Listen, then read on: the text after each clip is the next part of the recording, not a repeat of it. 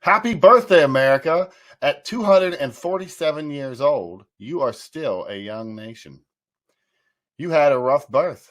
You had a bit of a troubled youth, and yet you have survived and thrived through all sorts of challenges. Galvanized by fire. When needed, you stood strong against all sorts of evil in the world.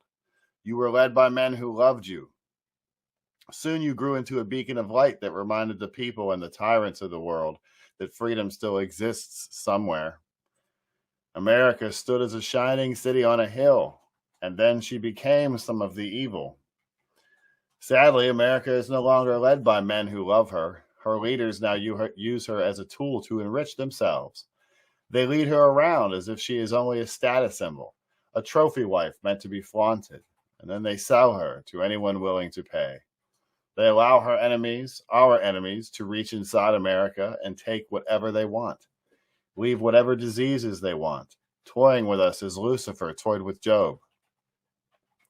They pass her around like a toy as they each bleed her dry, some in search for power, some simply because they hate America and want to see it burn.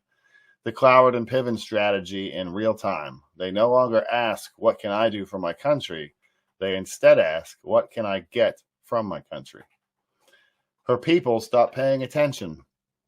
No one noticed her leaders putting themselves and their addiction to power above the needs of the people they represented. Over the years, they reshaped the federal government into something it was never supposed to be. They took the Constitution, America's divinely inspired and simple framework, and they added layers and rules. They created agencies and gave them power that they didn't have to give. They allowed unelected bureaucrats to write new rules and regulations.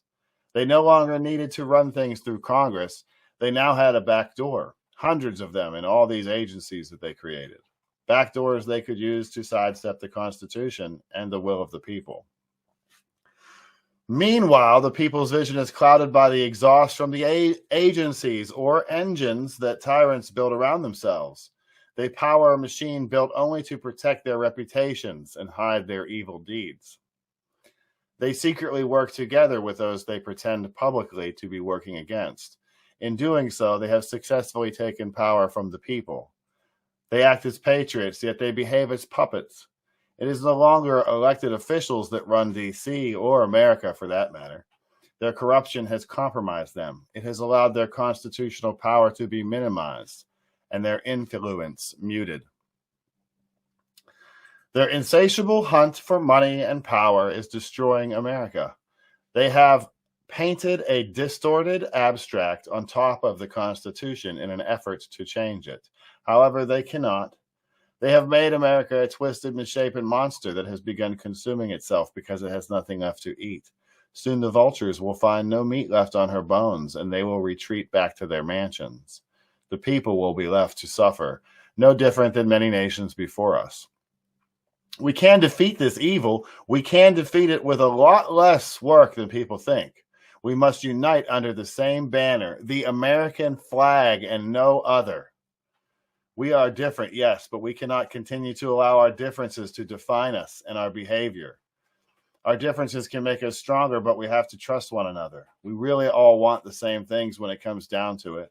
We want to be safe. We want to be happy. We want to be loved for who we are, and we want to have a little fun along the way. Happy birthday, America. I'm sorry that we have turned our backs as evil descended upon you. I am sorry we ignored your cries for help as we became hypnotized by the shiny trinkets dangled in our faces to distract us from your pain. Because of the divinely inspired founding documents, we have all the tools we need. We still hold the power. We just have been conditioned to believe that we do not. Wake up. It is morning in America again.